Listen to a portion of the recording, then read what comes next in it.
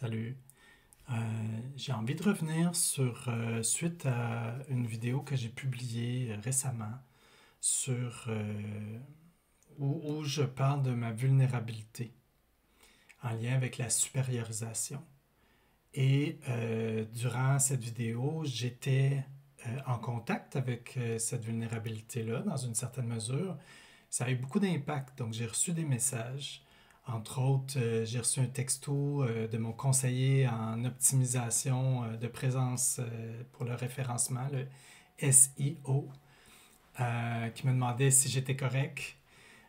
Puis j'ai une collègue aussi ce matin qui me mettait en garde en lien avec notre champ d'expertise, les thérapeutes en relation d'aide versus la psychologie. Bien sûr, moi je ne suis pas psychologue, je suis thérapeute en relation d'aide avec l'approche non directive créatrice. Donc, c'est important de distinguer les corps de métier. Puis, c'est important aussi que si quelque chose qui peut porter à confusion, de rectifier ça. Donc, j'ai pris quelques notes. Euh, donc, oui, moi, je parlais d'un vécu de vulnérabilité, quelque chose de très, très profond pour moi. Ça me parle de mon hypersensibilité, de mon rapport à l'intensité. Euh, Puis, moi, j'ai développé tout un fonctionnement de supériorisation que je décortique, que j'apprivoise et que je dénoue. Euh, Puis, ça me fait aussi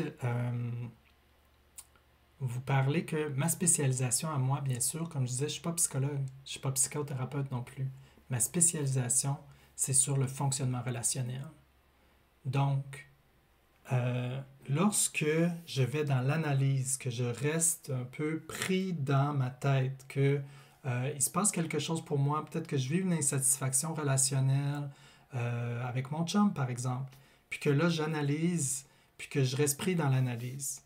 Mais ce qui arrive en thérapie, c'est que quand je fais ça avec ma propre thérapeute, elle peut me montrer comment est-ce que elle voit pas où je suis parce que je reste dans l'explication. Et bien que l'explication c'est très gratifiant, puis c'est un processus mental, je vais pas arrêter d'essayer d'expliquer des choses.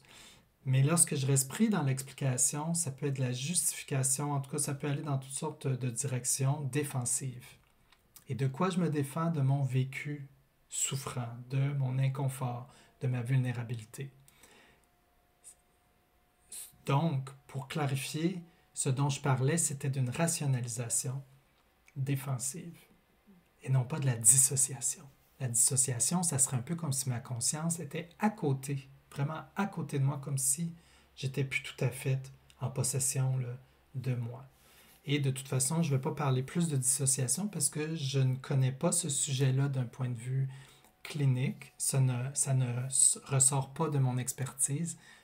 Moi, j'ai une expertise de thérapeute de relations d'aide, donc spécialiste des relations humaines, du fonctionnement relationnel.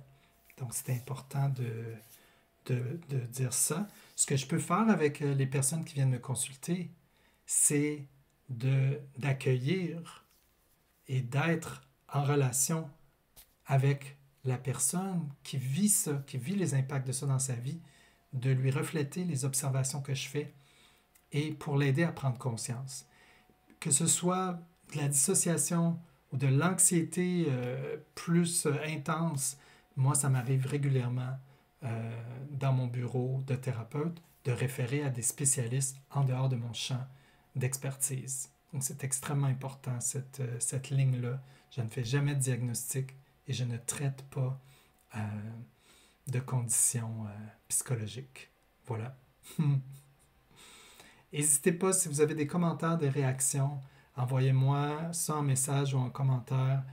Ça nourrit ma réflexion et moi, je reçois ça comme de la sollicitude et c'est très généreux. Donc, merci à tous ceux qui réagissent.